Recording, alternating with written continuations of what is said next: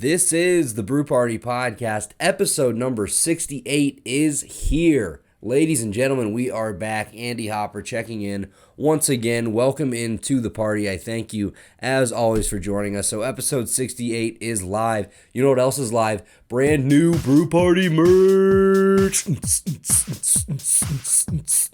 You are going to be looking like the flyest person wherever you're at in our brand new merch. Shout out to my guy, Caden Bergschneider, coming at us again with another fire logo, brand new logo. It's somewhere here on the screen. You know, obviously I'm doing this before I edit it, so don't know where I put it yet. But it's fire. We got brand new merch with all of that on it. We've got t-shirts, we've got long sleeves, baseball tees, crew necks, hoodies. I got hats coming soon. Easy online ordering shipped directly to your door. Every order helps support the show. Going to be putting the profits back into the show, upgrading some equipment. Hopefully, we get some more orders in. If you have ordered already, everybody that has told me or sent me stuff, I do appreciate it so much. It's awesome. It really it gets me so excited. It makes me so happy. People actually care. People actually want to contribute and wear this stuff. But it is so fire. Caden knocked it out of the park. We've got a bunch of different colors, not just basic, with the brand new Brew Party logo smack dab in the middle right here. I cannot wait to get all my merch that I ordered. Get yours now. bonfire.com/brand-new-brew-party-merch. I know that's a mouthful. bonfire.com/brand-new-brew-party-merch. Thank you so much to everybody that has already bought, like I said. And if you're planning on buying, what are you waiting for? Join the party. We got some fire new merch available now, and it will stay available as long as people keep buying, maybe even add new designs, new products soon if there's a demand for it. But let's keep it going. We hit a little bit of a milestone today, 300 followers on Instagram. Yes, thank you so much to everybody who's joined the party on Instagram. We can be found there at The Brew Party. We're also at The Brew Party on Twitter. We are youtube.com/The Brew Party, where you can join the party there as well. Subscribe. We have a very nice amount of subscribers right now, if you know what I'm talking about. And then I just want to say thank you from the bottom of my heart, like I did 2 seconds ago, the sappy shit with the merch. But anybody that's followed, liked, supported, shared anything from the bottom of my heart means everything. 300 might not seem like a lot, but I mean, I'm thrilled to finally get to that number and share it with you guys, share all my content. Hopefully we got more fire content coming soon. I say hopefully, I know we do. And I know this episode is going to be fire, episode 68 of the Brew Party Podcast. If you could do me a favor, though, hit us up on Facebook at the Brew Party Podcast. We are 3 likes away from 400. Another milestone I've been trying to hit for a while. So help us out there. Follow us on Instagram and Twitter at The Brew Party. We're on Facebook at The Brew Party Podcast. Subscribe to the YouTube page, youtube.com/The Brew Party. Don't forget to buy us a coffee if you'd like to support the show in another way. Buymeacoffee.com/The Brew Party. We call it buying us a beer around here. But you can buymeacoffee.com/The Brew Party. It's like a $5 donation. Help support the show. You'll get a special shout out on the episode. Got a couple shout outs, not this episode. We're going to do them for episode 69. Got some stuff planned for that I think is going to be very funny, very fun. But yeah, again, this is just a big thank you for supporting the show. Thank you for joining the party. I love doing this, as much as tedious as the editing process is, as much as a perfectionist as I am and wanting it to look perfect. I thank you guys for sticking around. I thank you guys for supporting, watching, listening, whatever you're doing. On this episode of the Brew Party Podcast, I'm joined by a very special guest, another athlete, a college athlete, Division II from New Mexico Highlands University, out of North Carolina, Petey Reaves, wide receiver. He plays for the Cowboys over in New Mexico Highlands. They're actually in Las Vegas, New Mexico. I did not know that was a place. Cannot wait for you guys to hear this interview with Petey. He has an awesome story. So he's from North Carolina, the Charlotte area. I forget exactly which town. I think Hickory Ridge or something like that.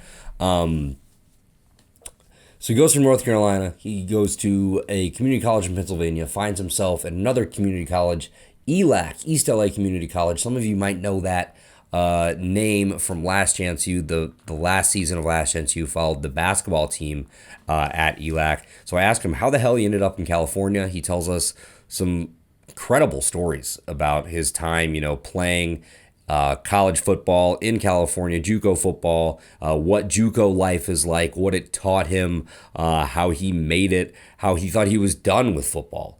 He was detailing cars at a Mazda dealership in back home in North Carolina, thinking his football career was over, and he randomly gets a call saying, "Hey, we want you at New Mexico Highlands. When can you get here?"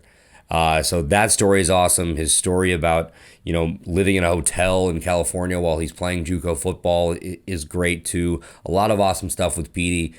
We've developed a relationship. Hope to have him on again in the future, be a little recurring guest, but I'm super, super excited for everybody to hear this interview. We talk a little football. Then I ask him just some personal stuff, what his favorite teams are, outside of football. We talk about the NBA Finals a little bit. Yeah, awesome stuff. Can't wait to get you into this interview with Petey Reaves. Go ahead and follow him on Twitter at Petey_Reaves.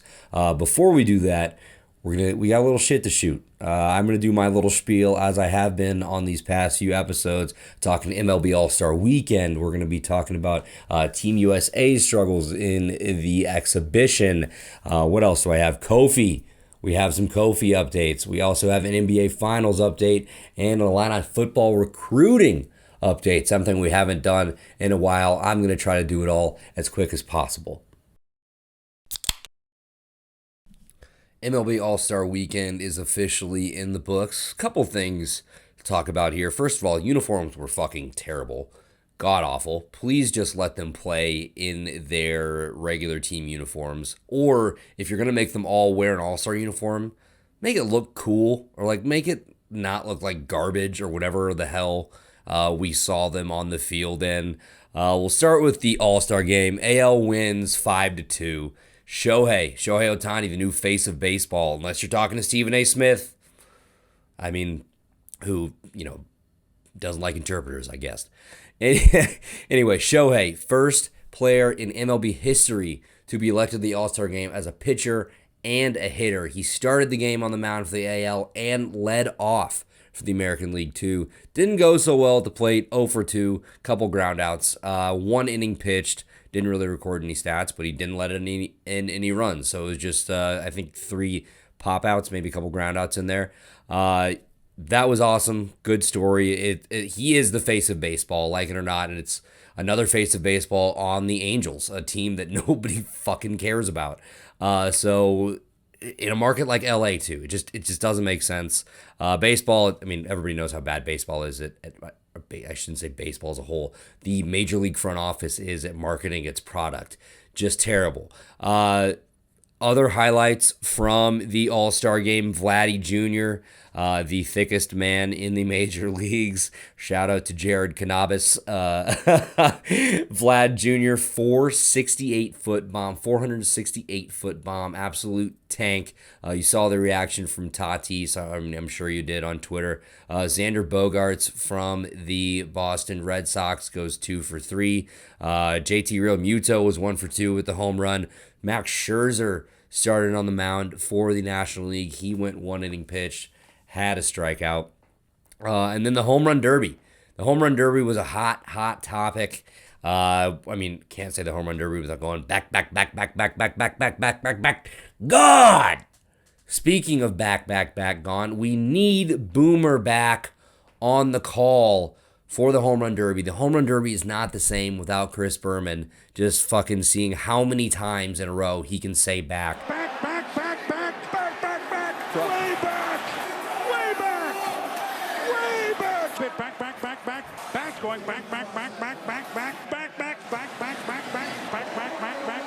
back. So Pete Alonso, back to back. He has won the last 2 home run derbies. He is a New York Met, but I mean, the MVP of this home run derby is his pitcher, Mets bench coach Dave Joss. I don't know if I'm saying that right. 64 years old, man's a fucking legend. He put the ball in the same spot every goddamn time. I saw this thing on Twitter where they overlaid 4 of his pitches. They literally all ended up in the exact same spot for a Alonso dinger. Alonso hit 35 home runs in the first round, which was absolutely insane. I'll put the pitch track box like right up here, but literally you'll see it was like all in this one little area. It'd be impossible for Pete not to hit as many fucking bombs. So shout out to you, Dave Joss. You were the real MVP of the All-Star game. The camera situation is a little rough. So with the new format, it's like a bracket style for round by round matchups. They're timed. I think it's 3 minutes. And they're able to get extra bonus time if they hit a ball over 440 feet or 470 or some shit like that. Anyway, so they've got a camera trying to follow the clock. They've got a camera following the batter and the pitcher. They've got somebody trying to follow the balls. It was chaos. Absolute chaos. There were certain points where you didn't even know what was going on. So it kind of makes me miss the old days where they just had the 10 outs. It was a lot easier for them to present it. You didn't have to, speed to the next pitch because you're worried about time. And there was even some clock drama. Hell of a transition there by me. So like I said, the rounds are timed. We had a couple, I know, as somebody who bet on it, not great. So Joey Gallo, and Matt Olson both ran out of time. They were both heavy favorites to win their round. Gallo was one of the favorites to win the whole thing. I think it was like plus 500. So Trey Mancini was the first batter to go. He put on quite a show. Shout out to him. Cancer survivor, back playing baseball at the highest level. He went all the way to the finals against Alonso. So, I mean, good for him. But there was controversy in the first round. I don't want to take anything away from him. He had 17 home runs in his first 3 minutes. He was given a swing on a pitch that was delivered with no time, and they counted it. According to the home run derby rules, that pitch should not have counted. Mancini had already earned his extra minute because of the length of his longest home run, 496 feet. Shout out to me for knowing the numbers. He then hit 6 more home runs during the extra minute, put his total to 24. But it should have been 23. Enter Matt Olson, his opponent, winds up with 23. I know a lot of bettors were upset about that, but it makes you wonder. There should have been some type of swing off, something we saw in the first round with Ohtani and Soto. But why was that counted? Why was he able to get that last one off? Why, when the clock clearly said 0? If we move on to the first round, the next matchup in the first round is Trevor Story. He hits 20 before Joey Gallo. Joey was one of the 2 favorites, like I mentioned earlier. Joey steps up to the plate, starts real slow. It was not looking good, but then he went on a fucking tear. It was like homer after homer after homer after homer after homer. Gallo had 19 home runs in the dying seconds and hit one on a pitch that came after the buzzer expired. That one was not counted, though, like Trey Mancini's. The thing was, the ball was out of his pitcher's hand before time expired and before the buzzer sounded. He swung when the buzzer sounded. So why, and Mancini's was both were after. The ball still, there's a screenshot. There's a split screen grab of both I saw on Twitter where the ball is still in Mancini's pitcher's hand with 0 seconds on the clock. On the right side, Gallo's pitcher is fully extended, ball out, and there's still, it looks like, even a second on the clock. I don't know. I'm saying this to somebody that's salty that they bet on Joey Gallo to win the home run derby, and that I didn't take the odds on Pete Alonso. Really, it's on me, but it's still and I know it's the home run derby and it doesn't really mean anything. Like it's just for fun and you get the trophy. And I know, Pete Alonso got an extra $1 million. So I guess it does kind of mean something. But controversy. Why does one guy get a pitch or a home run counted after the buzzer? Another guy, literally like 10 minutes later, does not get the came. He didn't get to come. He did not get the same courtesy. I just don't get it.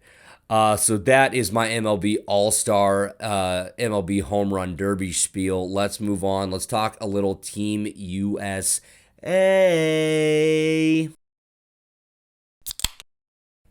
It's been quite the week for Team USA basketball on the men's side. They have been in the news, so they are preparing for a run at the Olympics in Tokyo.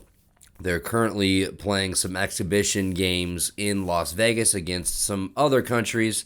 Their most recent game, they got back in the win column, quite a dominating win at that. They topped Argentina 108-80 after losing their two previous exhibition games to Australia and Nigeria. So all five starters in the game against Argentina, Damian Lillard, Zach LaVine, Bradley Beal, Kevin Durant, and Bam Adebayo, they all scored at least 12 points. Team USA held Argentina to 38% shooting from the field. Jason Tatum, normal starter in that group, did not play. Pretty nice to see that they were able to win in such dominating fashion. And Argentina is the number 4 ranked country in the world, so that is not like they're just dominating some nobody.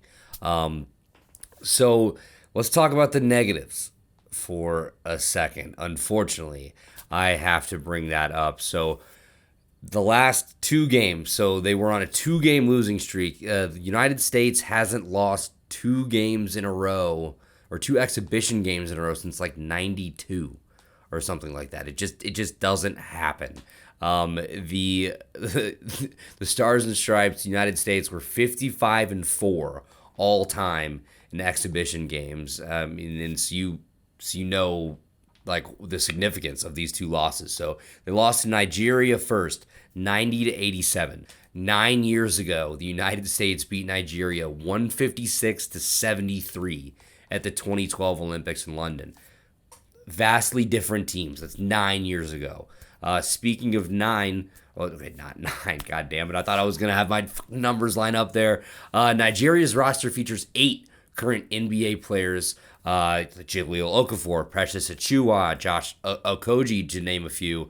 And Mike Brown is their head coach. He has a lot of NBA coach experience. He's been a head coach. I think he's currently Golden State Warriors assistant. He's known for his defensive prowess and being a defensive-minded coach. So it's not like they're just scrubs. Like, all of these international teams are getting better. They're all getting NBA talent. Okay, not absolutely every country, but I mean, 8 players, 8 Nigerian players that are solid NBA guys, that are young, up-and-coming guys in the NBA, are getting tick and looking to make their mark, and they did it. It's an exhibition game. It doesn't technically count, but it's huge for basketball in Nigeria. They are the first African country to ever beat Team USA. That is significant.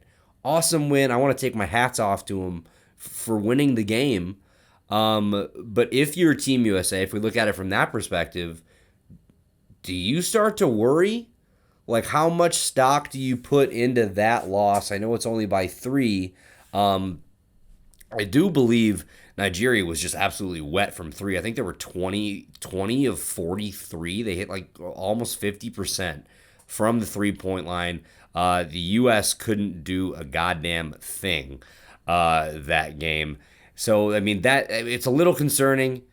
The next game, they lose to Australia 91-83. This one's really not as much out of nowhere because Australia's been a very good basketball team for a while, and they're a group that has played together for a while. That is something the U.S. is lacking. This group is just coming off the long NBA season. They haven't really played together. This is their time to kind of gel all together as a team. So 91-83. Australia's roster features 6 current NBA players: Patty Mills, Joe Ingles, Matisse Thybulle, Dante Exum, Aaron Baines, and Josh Green. They also have Matthew Dellavedova, who is NBA experience, NBA champion Matthew Dellavedova. So Patty Mills is just plays on an absolutely different level when playing on the national level. He scored 22 points and really paced the Boomers in this game. Australia held the U.S. without a field goal for the final 4 minutes and 34 seconds of this game. Joe Ingles put up 17, Matisse Thybulle with 12, Chris Goulding, who's a really good player in the NBL, the basketball league over in Australia, also had 11 for the Boomers. Joe Ingles was quoted as saying, "We walked in this game expecting to win." Damian Lillard led the U.S. with 22 points. Kevin Durant had 17. Beal chipped in 12 as well. They blew a 10-point lead in the second half. So it's not like this game was out of reach at all. The U.S. had this game. They could have easily won. Okay, I shouldn't say easily. I hate throwing the word easily, but it was there. Like I said, they blew a 10-point lead. That's double figures. These other teams and countries continue to improve. These players, they get better, they get more confident, and they want to beat us badly. It's definitely noticeable when you're on the court. That's a quote from Damian Lillard after the second straight loss. Pop was at his wit's end. He got into it with a reporter after the game who, probably rightfully so. I mean, Pop, he's one of the legends in the game. It's never nice to have a reporter or have anybody kind of question you, especially after a tough loss like that. So they get the win. That one's not as concerning. The Nigeria one's kind of like, whoa. The thing to take away from here, what I'm taking away from it here is this team is new. They're probably tired. A lot of these guys just got off playing in the playoffs with their teams. They haven't really played together. Also, they're trying to play like they're being officiated by NBA refs, which they can't. These FIBA refs do not give a fuck about your flopping or going up for a layup and moving your head back and all that. They're just going to have to play straight up. They're all going to have to play like Draymond Green, who is on the team. So my takeaway is I don't think we're concerned yet, but I don't think we should think we're like a lock or the favorites in this tournament anymore. At the end of the NBA Finals, we have Chris Middleton, Drew Holiday, and Devin Booker all scheduled to join the team. I think they're going to really help. We're going to talk about the NBA Finals here next. Hell of a transition by me. So Team USA getting ready for Tokyo. That's my question. Should we be concerned? Yes and no. I think there are things that you watch and you're like, you don't love it. I mean, you don't love losing at all. I mean, we're Americans. We're fucking greedy as shit. We never want to lose, especially in a sport like basketball, one that we've been so dominant in. But yeah, I mean, my buddy Paul Lombardi said on the Three Man Weave podcast last night, he thinks they're going to figure it out. At the end of the day, they're NBA players. But at the end of the day, a lot of these other countries, these 12 other countries competing in the Olympics, have the NBA players too.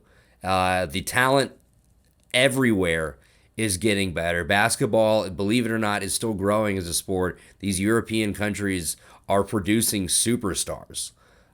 We see it in Luka Doncic. We see it in a guy like Wimbiana that's coming up, who's playing for France, I think. So there is talent everywhere. The U.S., you don't go and be scared of the competition.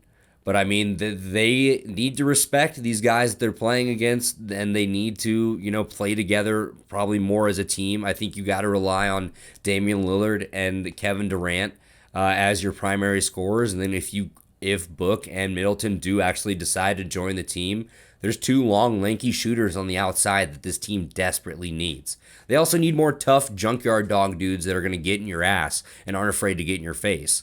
They need a couple more Draymond Greens or somebody like Bobby Portis.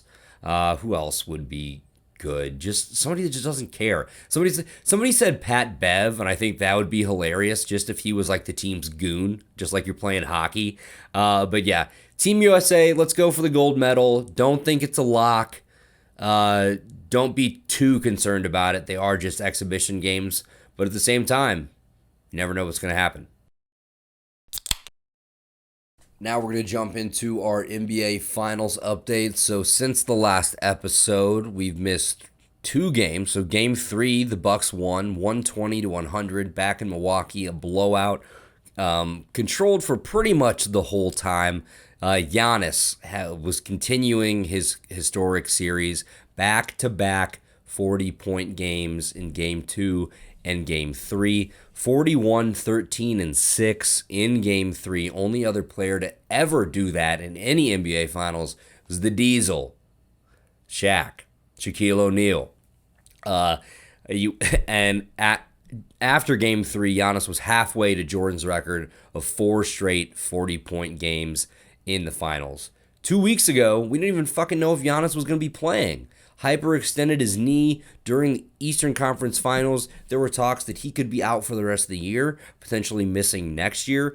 And 3 weeks later, he is dominating the finals, bringing his team back. So after game 1, the series moved, or after game 3, excuse me. After game 3, the series moved to 2-1. Booker had a really tough game 3, only 10 points on 3 of 14 shooting, 1 of 7 from the three-point line.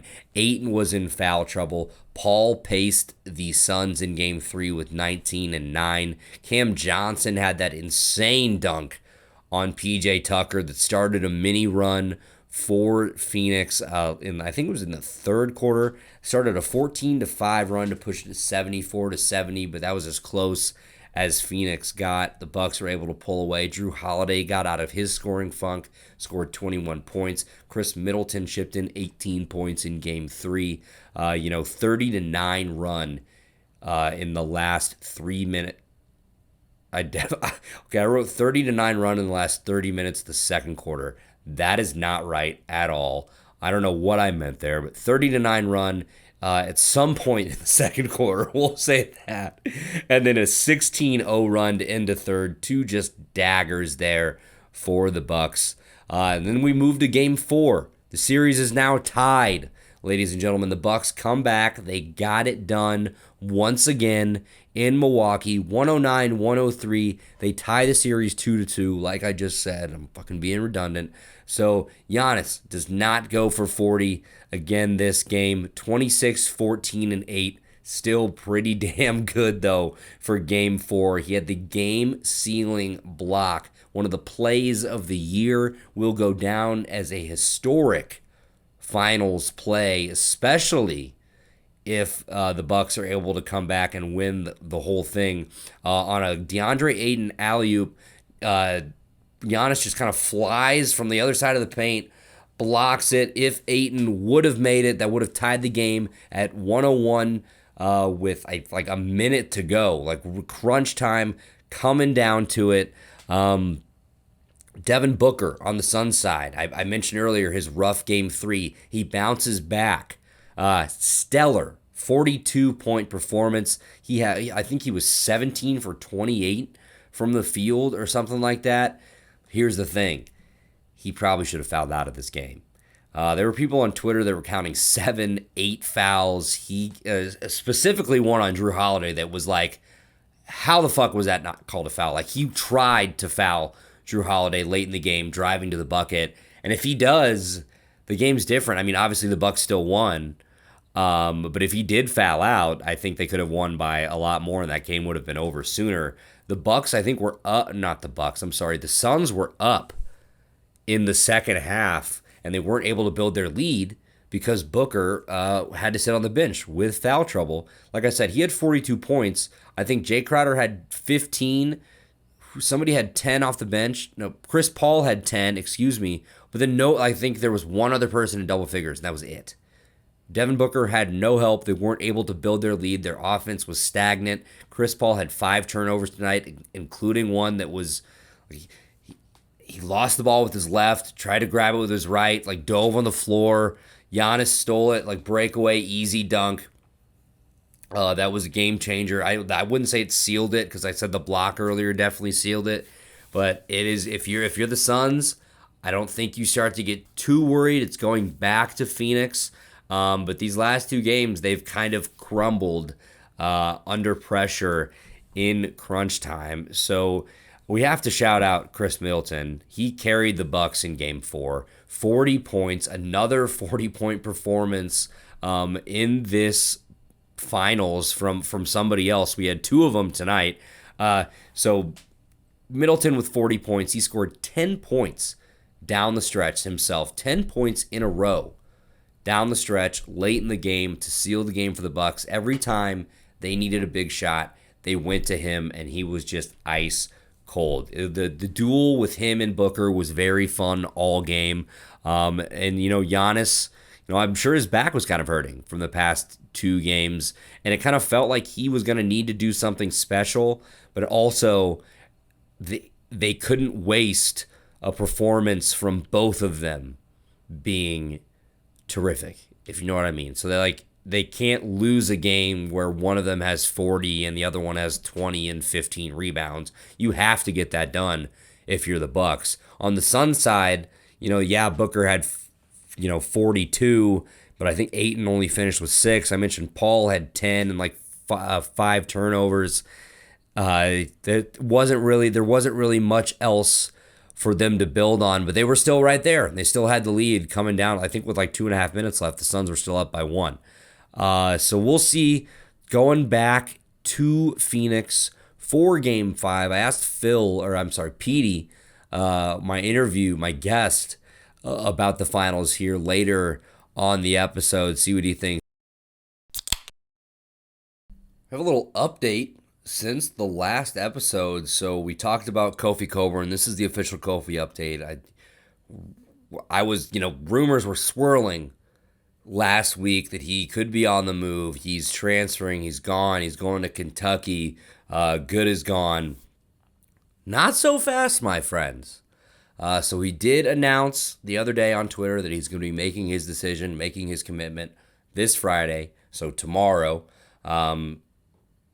And then he announced today on Twitter again his top 3. His final 3 are Illinois, Kentucky, and Florida State. But a lot of interesting shit went on Twitter this morning. So UK and national reporters, so Matt Jones from KSR, Kentucky Sports Radio, big Wildcats aficionado, reporter, insider down there, is reporting that they're not interested in him. That Kofi is not coming to Kentucky. You can rule them out. It's between Florida State and Illinois. Backing him up on that is Kyle Tucker from The Athletic, who also tweeted that Kentucky is out on Coburn. They are all in on number 1 recruit, prized recruit, big man Jalen Duran. I think it's either Duran or Duran.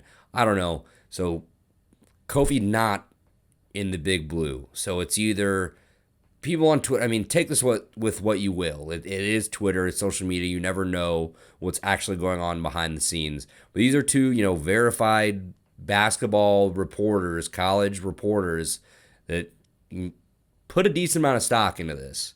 So it's between Illinois and it's between Florida State. If he goes to Florida State, it would kind of be a surprise. Huge win for Leonard Hamilton's program, who have produced quite a few NBA first-round picks that have kind of came out of nowhere. But I think Kofi, it's got to be Champaign. It's got to be back in Illinois. The amount of money he's going to be able to make on this NIL deal is going to be insane. He will be the man here in Champaign. He will be BMOC, big man on campus. He will run shit. They will if he decides to come back to Illinois, I think instant top 5, instant top 10. This team will be just as good as they were last year. Obviously, you don't have an IO, you don't have surefire first round pick for next year's draft. Okay, actually that would be what Kofi would be if he's fucking coming back. Scratch that. Top 5. If he comes back to Illinois, you don't start popping the bottles, but you start getting excited. We're on notice. This basketball season is going to be insane. Not that if he doesn't come back, sure, still be excited. Sure, yeah.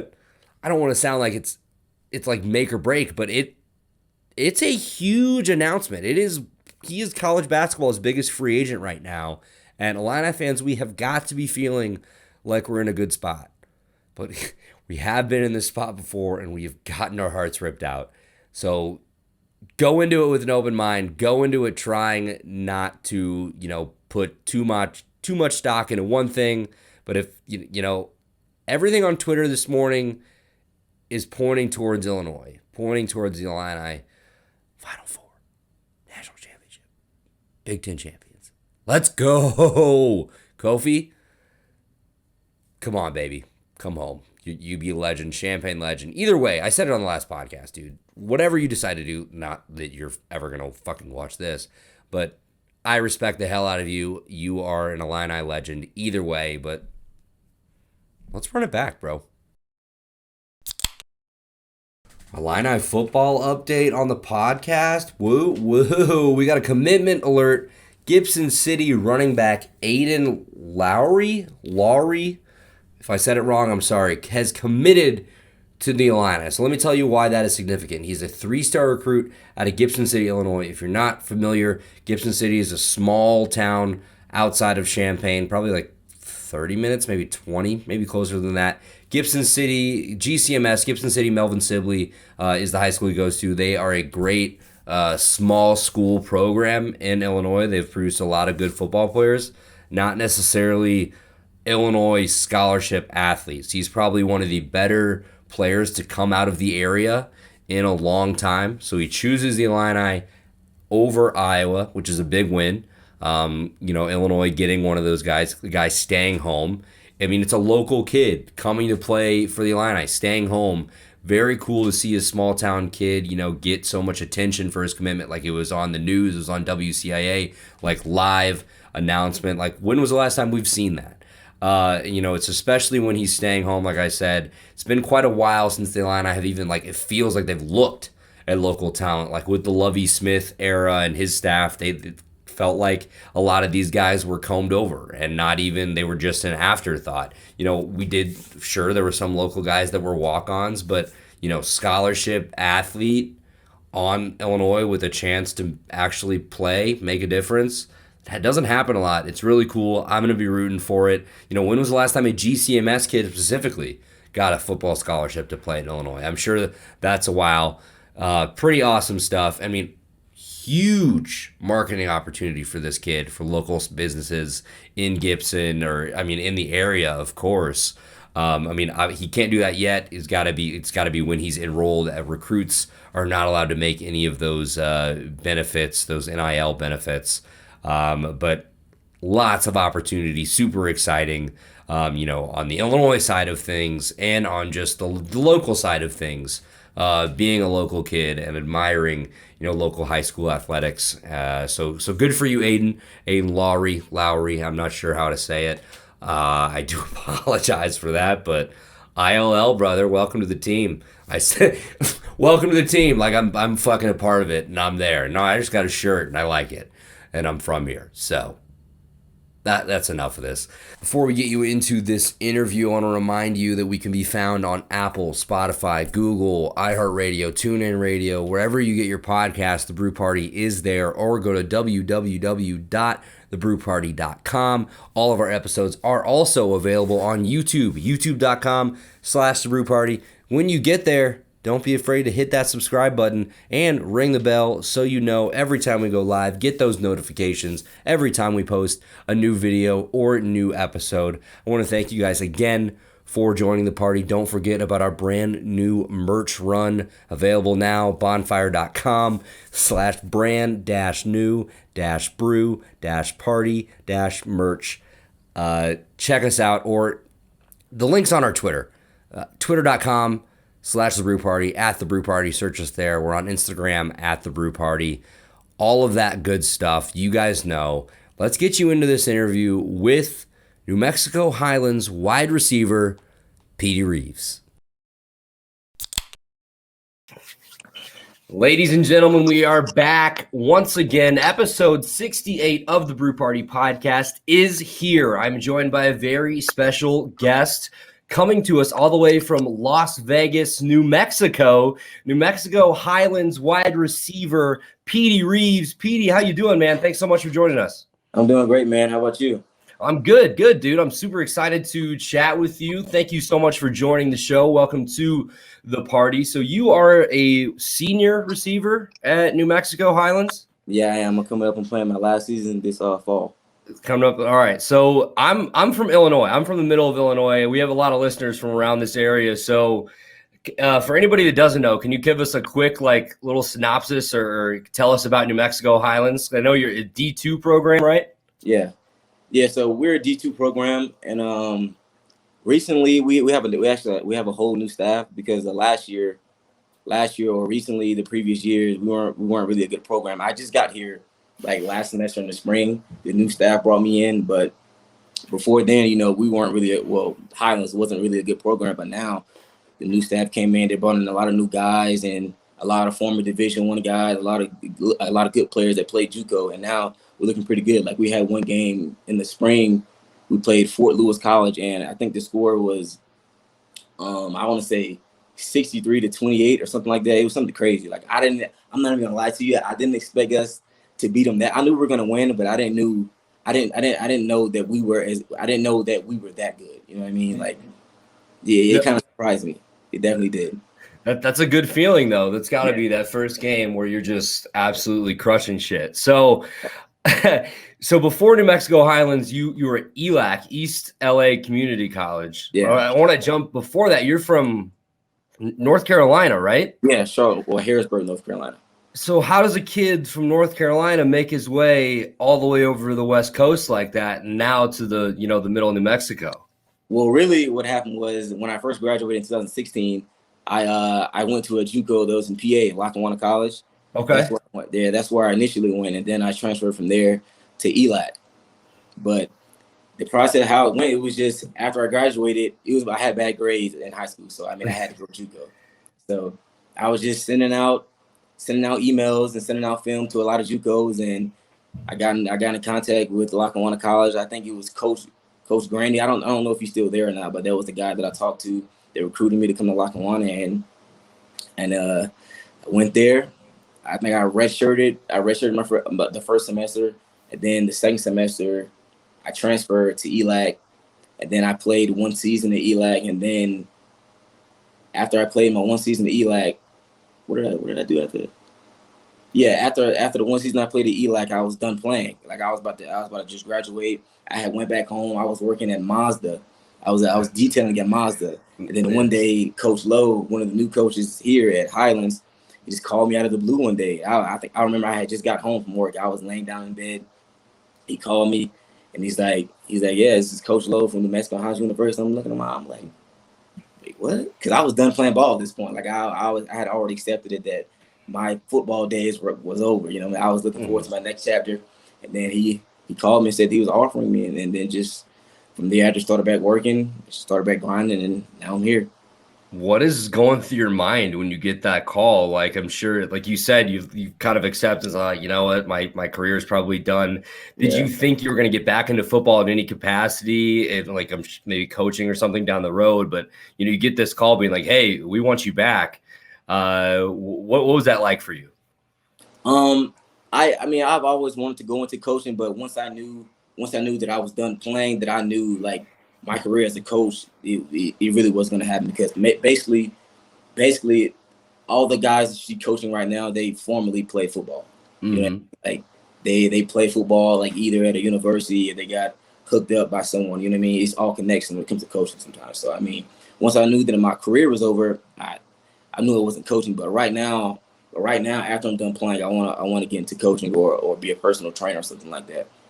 That's awesome. So talk to me a little bit about the JUCO level for people that maybe don't know what the talent level in junior college football is. Because I know you said you had to go JUCO because of grades. There are a lot of, maybe D1 bounce back guys that have troubles at a Division I university, or other really talented high school recruits like yourself that maybe also struggled in school. So what was that talent like in JUCO? What was it like lining up against those guys every day?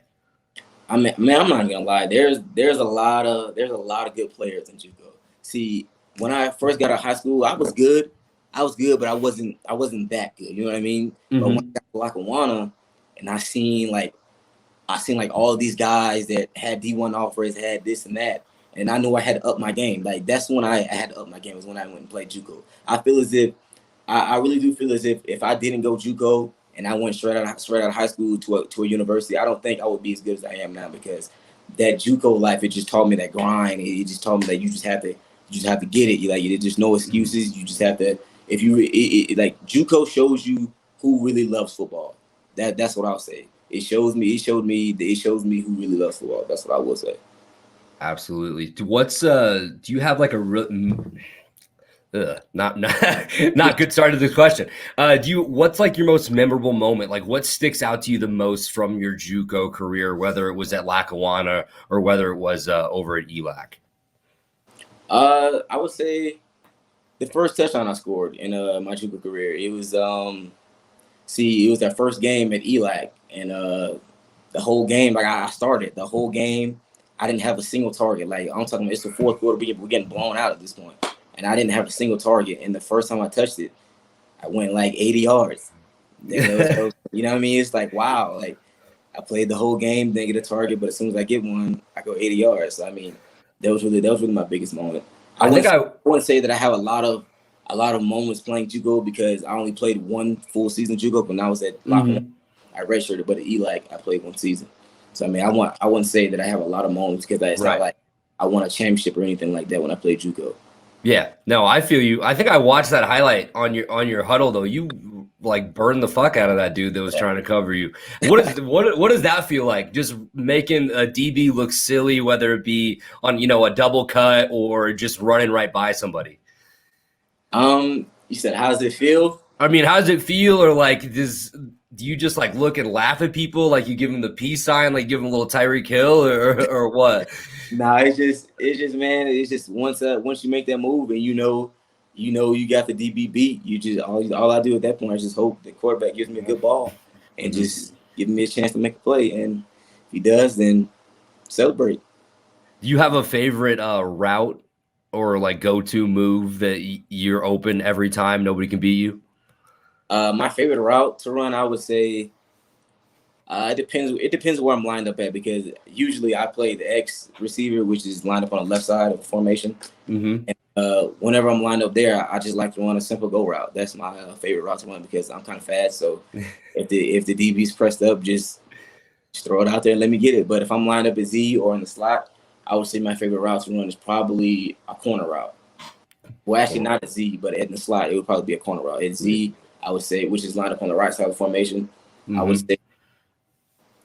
say probably an in-breaking route, whether that's a dig or a little 5-yard hand or something like that.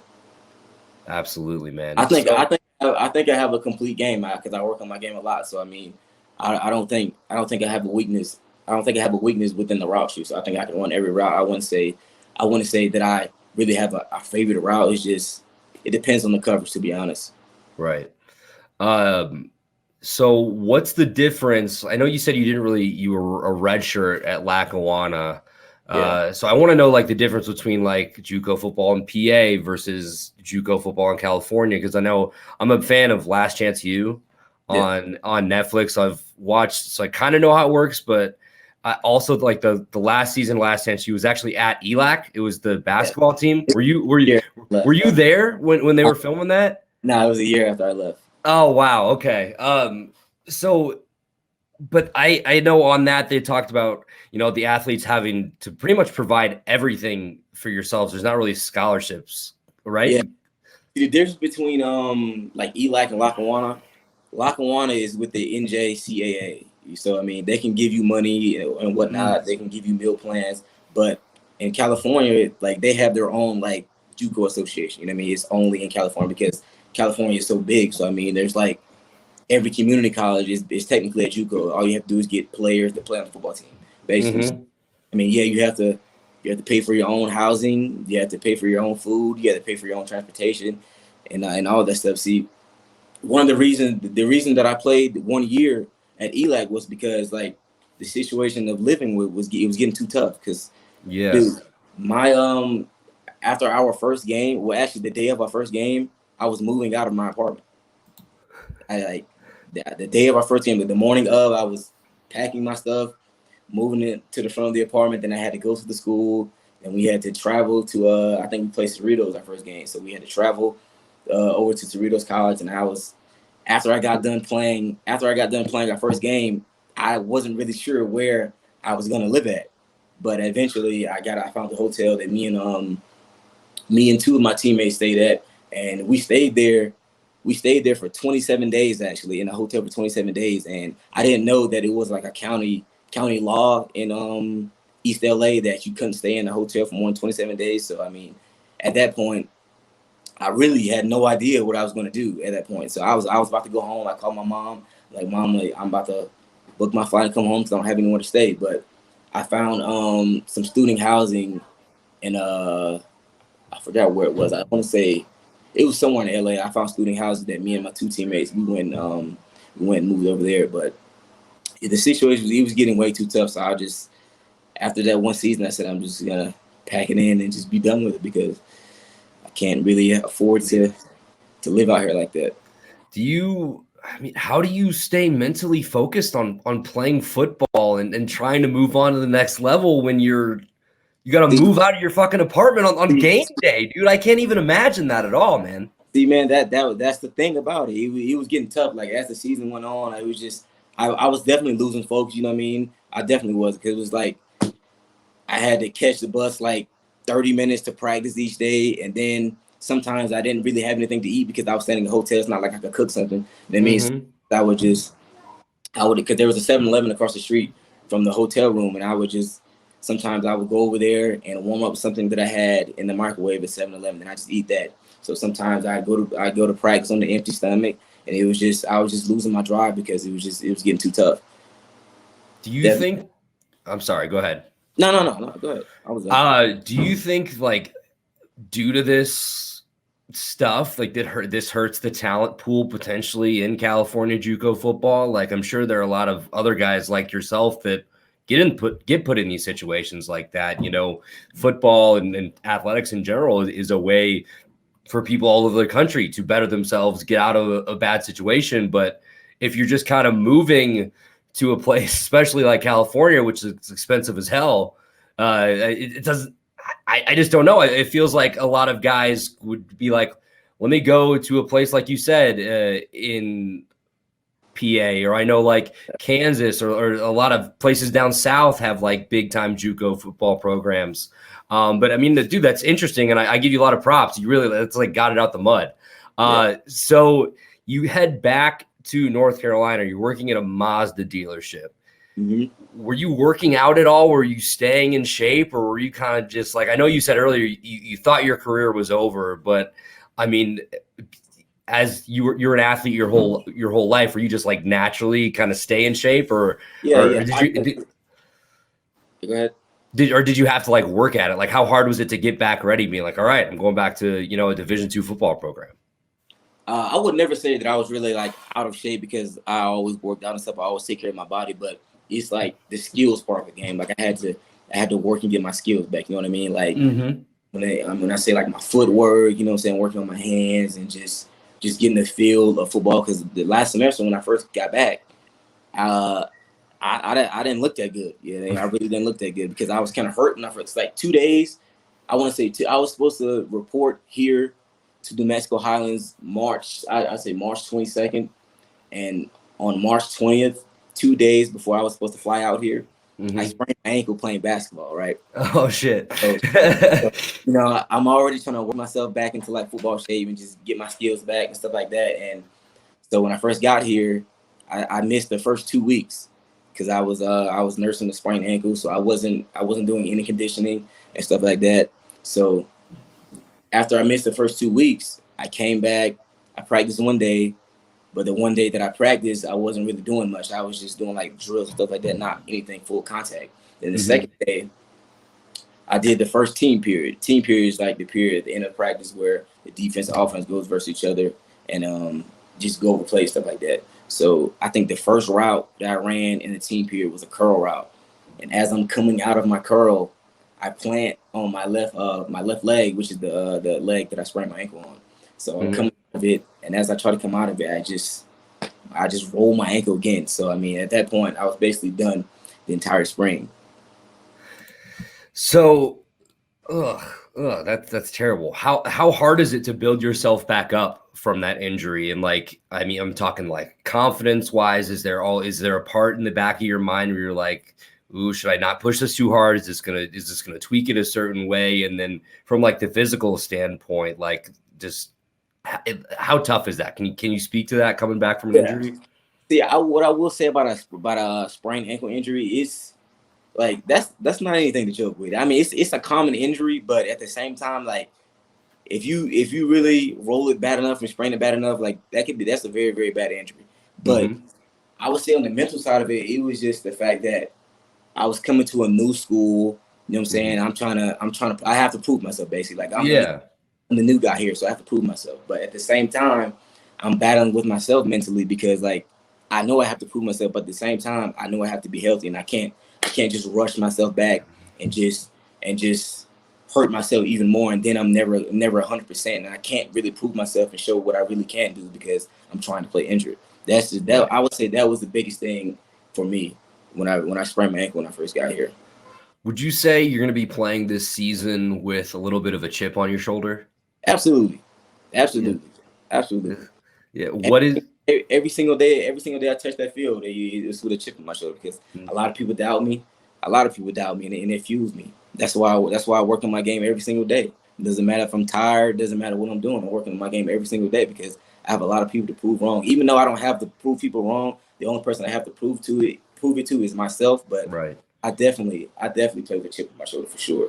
Oh, that's a hell of a mentality, dude. I love that. It's giving me goosebumps just thinking about it, man. So do you have an ultimate goal for this season? Like what, I know you want to prove yourself. Is it, prove that you belong at the D2 level? Do you have any certain statistical goals or team goals that you have in your mind? I wouldn't say that I set out for any like individual goals or anything like that. I honestly, I just want to win a championship because I've never won a championship before in my playing career. So, I mean, that's really what I want more than anything. I just want to win a championship, honestly. So was your career affected by COVID at all? Like, were you still playing during COVID, or at that point were you were back in North Carolina? Yeah. See, the thing is, I got here last semester, but the last fall was the semester that I was supposed to be here. But when all this COVID stuff happened, because I actually had COVID. Like, really? Yeah, it's like probably like it's something always happening. Like, right before I was supposed to leave, like 2 weeks before I was supposed to come out here last fall, I got COVID. So I ended up not coming that last fall semester, and I ended up coming in the spring. But yeah, I would say that's the only time that COVID affected me, like playing football, was last fall. And I was supposed to leave, and I ended up not leaving because I had COVID.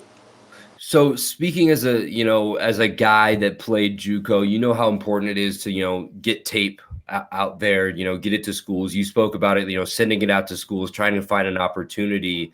Did you have any teammates from ELAC that, that really struggled with that, or maybe lost out on any opportunities that you know of? Because I'm pretty sure, California canceled the entire last season, right? Or am I wrong? I'm not sure. No. I'm not sure. I don't really keep up too much with it after I got done playing there. I feel you. After I left, I thought I was done, so I wasn't really keeping up too much with it. But I wouldn't say that they probably did cancel the whole season. To be honest, I wouldn't be surprised because a lot of people, because we were supposed to have a season last fall, but we got canceled with COVID, and in the spring semester we were supposed to have, I think, 4 games, but we ended up only having 1 because of COVID. Okay, so at New Mexico Highlands. Yeah. We were supposed to have a season last fall, but that got canceled because of COVID and last semester in the spring. Okay, so I'm definitely curious about that because we all know the whole thing, with the D1 guys going back and forth, people writing letters, the early cancellation, the Big Ten coming back. They played this shortened schedule. I guess I did not keep up with D2 and D3. Yeah. So that's how it worked. You guys got 1 game? Yeah, we only had 1 game. It was Fort Lewis College, and when we played, like the week before we played them, we weren't even sure if we were going to have that game because I think they had, I want to say, 8 players or something like that had the test for COVID or something like that the week before we played them. So we wasn't even sure if we were going to play that game because of the COVID stuff. So I mean, yeah, COVID really messed up a lot of things the past semesters. Are you guys still having to go through like regular COVID testing now? And is it still extra precautious or not as much? You have to see. We usually get tested 3 times a week, but that's only if you don't have the vaccine. I actually just got the vaccine yesterday, so I mean, Oh, nice, cool. yeah. So now I don't have to get tested anymore because I'm vaccinated. How are you feeling post vaccine? Yesterday, man, it was kind of tough because Yeah. I first got it yesterday. I think I got it in the morning at like 9. Then after that, we had workouts at 12, probably like 12 to 2. And then after that, I went and played basketball at the rec center. And for what it was, but after I got done playing basketball, man, I had like this excruciating headache like all day. Like it was to the point where I was in the bed at 9 o'clock. Like I just had to go to sleep and just sleep the headache off. Like that's how bad it was. Now I'm good though. See, when I got my second one, I wasn't like necessarily like felt like shitty. I just kind of felt like tired. Like I just needed to sleep it off. Like you said, I probably did go to bed at like 9 o'clock, but I mean, you need some of those nights sometimes, man. So I know, so, your time at the D2 level is limited so far. You're still newer to it. How does it compare to the JUCO level so far? Like, I know this would be mostly from practice, but is it a step up or I say it's a step up with our team definitely because like I said, like the new coaching staff, they brought in like a lot of like former Division I players, so we have a lot of talent. Like I honestly think like we have a good chance to win the Division II national championship. I really do think so. That you heard it here first. So when it happens, you're gonna have to come back on and talk about it, dude. So definitely. When did you? I want to go back, like talk about your high school days and stuff like that. So when did you really fall in love with football, and when did you decide this is something I really want to pursue? I would say it didn't happen for me in high school because I didn't really start like playing football until like my freshman year of high school. So I mean, Okay. yeah. So I mean, I was just playing off natural ability the whole time that I was in high school. But when I got to JUCO, and I saw that, I learned that I had to put in work to be better than the guys that I was playing with. And once I started putting in that work and I enjoyed doing it, that's when I knew that I loved it. Because you know what I mean. Like once you commit to something, once you like commit all of your time to something, and then it doesn't feel like what's the word I'm looking for? It doesn't feel like Doesn't feel like a job maybe, or yeah, it doesn't feel like I'm forcing it. That's when I knew that I loved what I was doing. That was when I knew I fell in love with football. And I think that was 2017 because I remember when I first got to Lackawanna, and I got there in the fall, and then in the spring of 2017 when we came back from our break, one of the tight ends on the team, he came up to me. He was like, I can definitely tell that you've been putting in that work because like you compared to you this semester, it's a totally big difference. And from that point on, it's just been grinding and working. It's just trying to get better every single day. Absolutely, dude. So when you're in high school, what was your recruitment process like? Or was that just you sending out a bunch of tape trying to get noticed? I wouldn't say. See, the school that I went to which was Hickory Ridge High School. We didn't have like a lot of talent. Like we weren't really like a big name, anything like that. Like before my graduating class, which was 2016, we only had one player signed Division I. So I mean, it's not like we didn't. Yeah, my high school is pretty much the same. We didn't have a lot of like coaches coming in recruiting and stuff like that. So I mean, I wouldn't say that my recruiting process was something too crazy. It was just me like sending out like emails and stuff like that. Yeah. Then, like I said, I had bad grades, so it was just it was just me sending out my tape to JUCO junior colleges. So what do you like to do when you're not playing football? Do you have any other interests? Like, do you play any other sports or anything else? When I'm not playing football, it's just honestly most of the time, like when I'm not playing football, I'm just probably in the gym or playing basketball or something like that. It's just I'm always doing something, like I'm always trying to be active, because like my biggest thing with me is like I can't be a football player for 2 to 3 hours out of a day, if you know what I mean. Yeah. Yeah. Like some guys, they're only football players when they have to be. Like they're only football players when they're at practice or something like that, or when they're in a meeting with coaches, something like that. Like all of my decisions that I make throughout the day is, I'm thinking like as a football player, like how would this affect me? How would this help me and stuff like that? So I mean, if I'm not playing, then usually I'm trying to watch football at least, or like I said, at least be doing something active just to help my body or something like that. Yeah. If I'm not doing that, then I would say playing video games, but now I don't even have a video game anymore. Like I sold my PlayStation 4. So I Oh mean, shit. really at this point it's It just football at this point. yeah, I mean, you know what you you know what you got to do to be successful. You have that drive. You a couple months ago you were working at a Mazda dealership detailing cars, so I'm sure like you just get your mindset has to be totally different from I'm sure maybe even your entire team. When you were playing JUCO and you're kind of fighting for playing time against these other guys, was it hard not to, I don't know, I don't want to say establish like a little rivalry, but was it hard not to resent other dudes for getting more PT over you?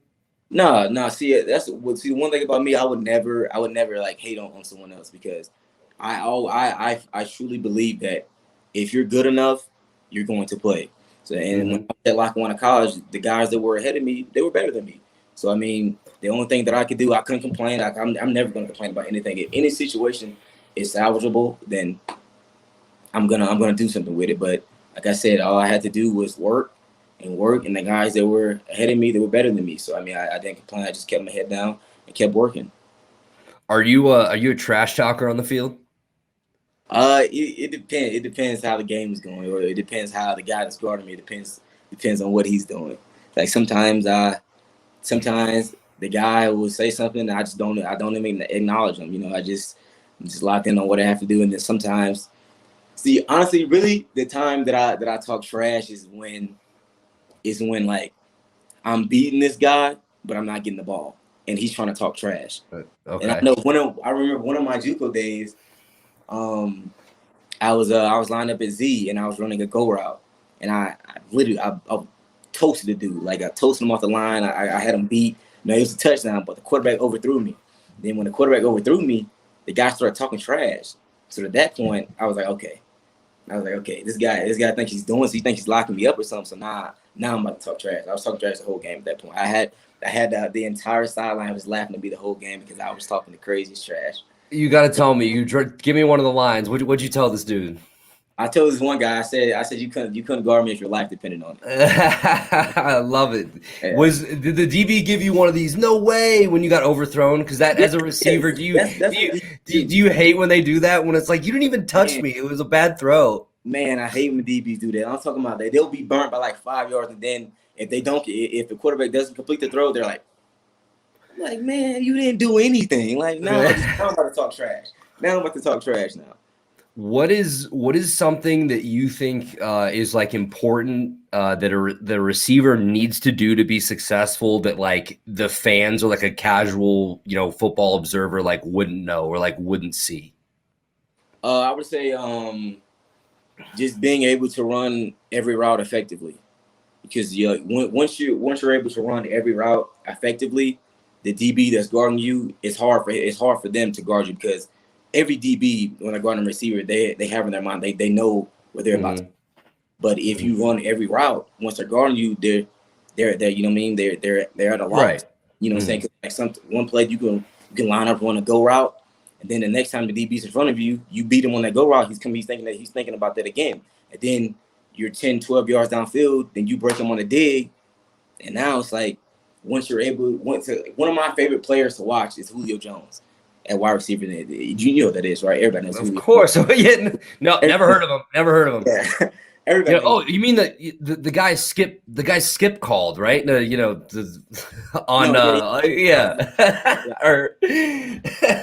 Shannon. The guy Shannon called. I'm sorry. Fuck. I fucked that up. Yes, I know who Julio Jones is. Yeah, but Julio Jones is, I would say that's one of my favorite guys to watch, even though there's no way that I could possibly like emulate his game because he's 6'3", 220 pounds. He's a freak of nature. Yeah. I can emulate his game, but I would like to say that Julio Jones is probably one of the most complete wide receivers that I've ever seen in my entire life. Like, he is probably the only wide receiver in the league that literally has zero weaknesses. Like, he can run any route from the slot, from the lineup outside of Z or X, or he's good versus press man, off man. He's good at finding the soft holes and zones. He has great hands.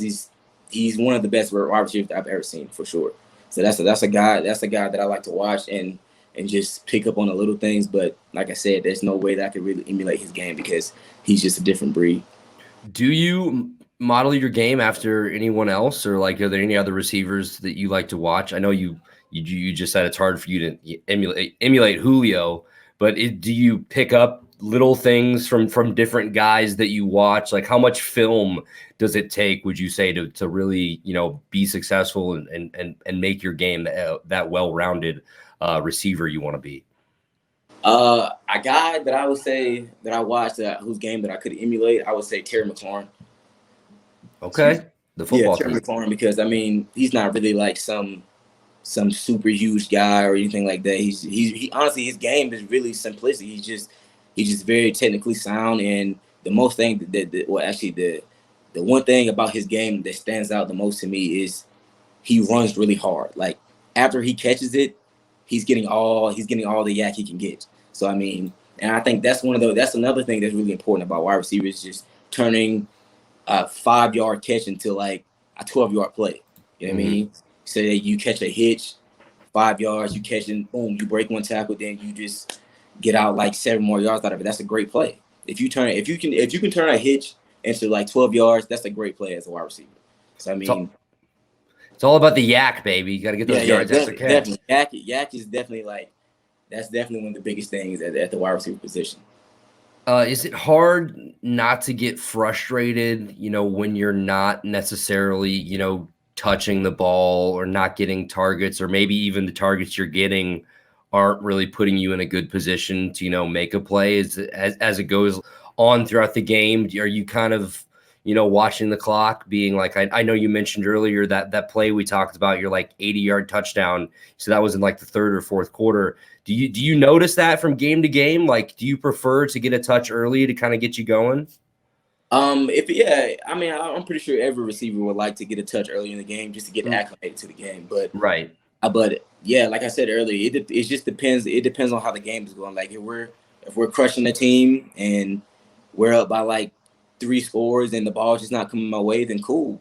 If whatever we're doing, if it's working, then keep doing it. I'm not gonna complain. But if I feel like I can help us, like move the ball or move the chains or something like that, and we're losing, then yeah, I would like to have the ball. But if everything's going well and we're winning the game, then just keep doing what we do.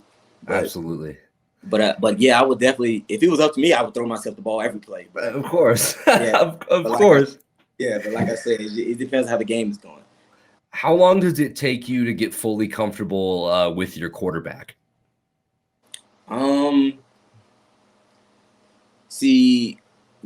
not really comfortable with any of the quarterbacks. Right. I really didn't practice too much. But I would say a couple weeks, honestly. Yeah. Actually, probably shorter than that, because I like to put in a lot of time like outside of like practice. So if you're throwing with the quarterback a lot outside of practice, then your chemistry is going to be good anyway. So I wouldn't say it wouldn't take me too long, to be honest. Yeah, absolutely. I feel like that's really important too, and something that maybe doesn't get talked about a lot or chemistry enough. Is definitely a big thing. Chemistry is for sure a big thing. But like I said, in JUCO, when I played at ELAC, we played like 3 quarterbacks every game. So right. That's like how that has to be so weird. Like to get that's really weird. I'm sure they all have different throwing motions. They all play the game differently, especially if you're getting into a groove with one of them and they're switching them out on the next drive. Like, how do you adjust to that? Honestly, I don't even know, because when I played JUCO, that was the first time that I've ever seen that happen at ELAC, when we played like 3 quarterbacks in one game. Because in high school, my quarterback was pretty good. He was Greg Waslow. He was a pretty good quarterback back in high school, and that was the only quarterback that I played with the whole time when I was in high school. But in JUCO, 3 different guys. You know, one guy will play a couple series, and then we'll get another one in a couple series, and then like you said, like they all have like 3 completely different games, so it's kind of tough. Yeah, that is because just from what, like I mentioned earlier, from watching Last Chance U, it's like almost always they're like cycling through these dudes, and I'm like, I get it because you want everybody to get some tape and have a chance to move on to the next level, because that is what JUCO is all about, is getting guys graduated and getting them to D1 programs, or just in a better situation. Did you ever play any position besides receiver? No, the wide receiver is the only position I've ever played. Right. If you could play another position, what would it be? If I could play another position, I would play quarterback, but I'm too short. Well, how tall are you? I'm 5'11". 5'11". Do you tell people you're 6 foot, or you're pretty honest about it? Nah, yeah.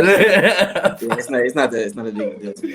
It's not that. Okay, I got you, bro. So, man, this has been awesome. I don't want to keep you here for too long. I feel like we got a lot of good stuff. I know I've been seeing on your Twitter that you're a basketball fan, right? You've been following the finals?